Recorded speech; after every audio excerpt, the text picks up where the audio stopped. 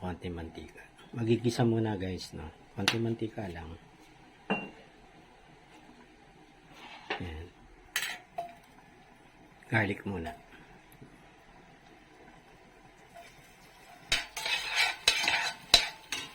Yan, ginger o luya. Okay. Sibuyas. Sibuyas.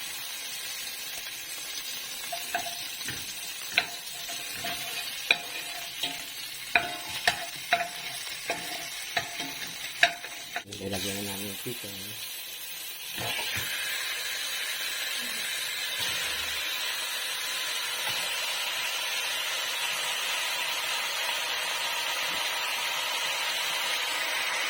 Yan.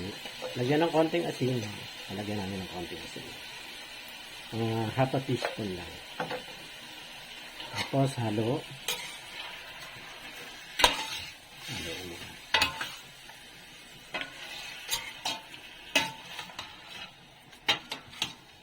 Yan.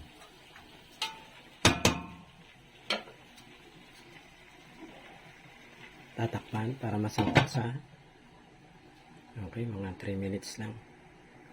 Okay, 3 minutes.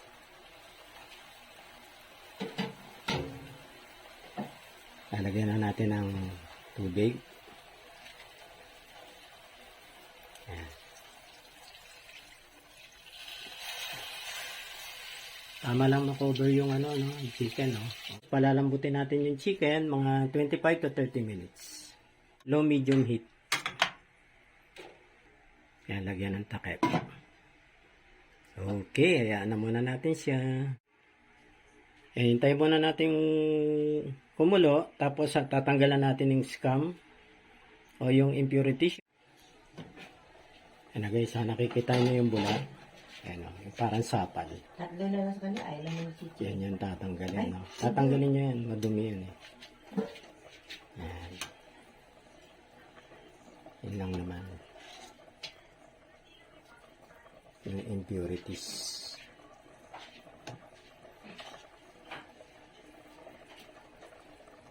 Yung iba pa.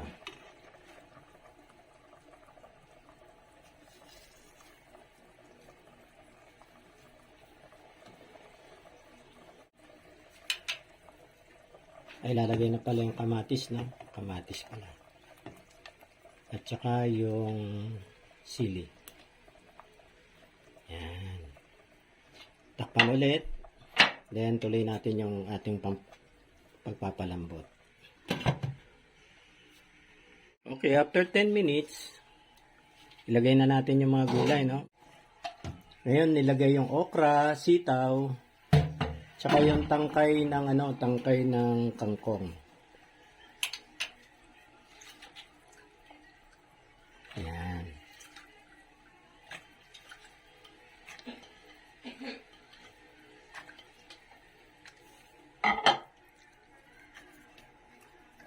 Okay, takpan ulit. Then, palambutin natin siguro mga 5 minutes. Tuloy pa naman yung 5 minutes, no? Yung simmering. Pero lalagyan na namin ng paasim.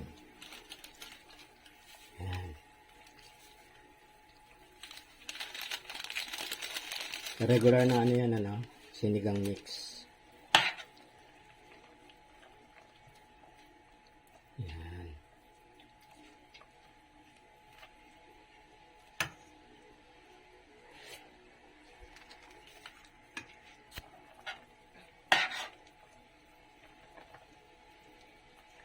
Medyo matigas pa yung ating gulay.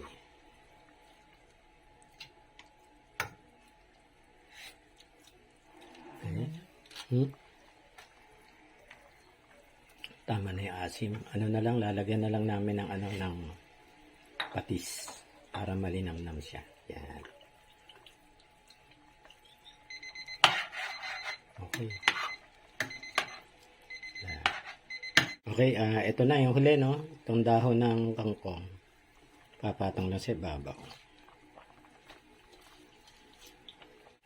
Yan, nilagyan ng takip. Tapos, simmer 2 minutes. So, yung aming sinigang na manok na. Pinainit lang namin, kagagaling lang namin sa kapilya. Okay, dinner time.